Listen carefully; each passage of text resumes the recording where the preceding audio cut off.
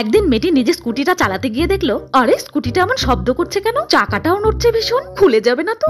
এরপর মেয়েটি নিজের স্কুটিটা ঠিক করতে চেষ্টা করলো। তোমরা ছোটবেলায় স্কুটি চালিয়েছো? চালিয়ে থাকলে ইয়েস কমেন্ট করো, না হলে নো কমেন্ট করো। অনেক চেষ্টা করে কিছুতেই ঠিক করতে পারলো না স্কুটিটা। এরপর মেয়েটি গেল মায়ের কাছে। এইদিকে হন্তদন্ত হয়ে জঙ্গল থেকে খড়ি কেটে বাড়ি ফিরেছে মা। মা উফ, কোমরটা ধরেছে বড্ড, এখানে খানিক জিরিয়ে নেই। তখনই মেয়ে এসে হাজির সেখানে। মেয়ে এসে বললো, মা মা তাড়াতাড়ি চলো আমার সঙ্গে। মা কোথায় যাব জিজ্ঞেস করতে মাকে হাত ধরে টেনে নিয়ে গেল মেয়ে। মা আরে আস্তে যা, পড়ে যাবো তো। মাকে টানতে টানতে স্কুটির কাছে নিয়ে গেল মেয়ে। পুরো ব্যাপারটা বুঝিয়ে বলল মাকে। এরপর স্কুটিটা চেক করে নিয়ে ক্ষণিকের চেষ্টায় সফল হলো মা। চাকাটা ঠিক করে টাইট দিয়ে ভালো করে দেখে নিল একবার। এবার তোমরা মাকে ভালোবাসলে কমেন্টে মা লেখো। এরপর মা মেয়েকে বললো, নে তোর স্কুটি ঠিক হয়ে গেছে, চালিয়ে দেখ একবার। দাঁড়া দাঁড়া, আমি সরে যাই। চালিয়ে দেখে মেয়ে বললো, সত্যি ঠিক হয়ে গেছে মা, ইয়ে আমার স্কুটি ঠিক হয়েছে। বলতে বলতে আনন্দে লাফাতে লাগলো মেয়ে। সেটা দেখে খুশি হলো মা।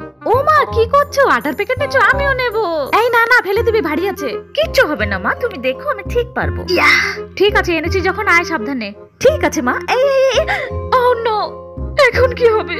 ধুপ করে একটা শব্দ হলো না, আটার প্যাকেটটা ফেলে দিলি। বললাম বারবার পারবি না পারবি না, কথা তো একটাও শুনিস না আমার। সারাদিন শুধু দুষ্টুমি আর দুষ্টুমি, বললাম পারবি না, দে এটা, না হলে এটাও ফেলে দিবি। সারাদিন শুধু কাজ বাড়িয়েই চলবে। কখন হয়ে যেত কাজটা আমার? না, এতটাও বকা দিয়ে ঠিক করিনি। মেয়েটার খুব মন খারাপ হয়েছে, যাই একটু আদর করে দিই। রুহি কোথায় গেলে রে? ও মা গো, তুই এখানে বসে আছিস? মুখটা তো পুরো প্যাঁচার মতো লাগছে। ও মা, তোর দাঁতটা এমন ফাঁকা কেন? দেখি দেখি দেখি। এই হেসেছে।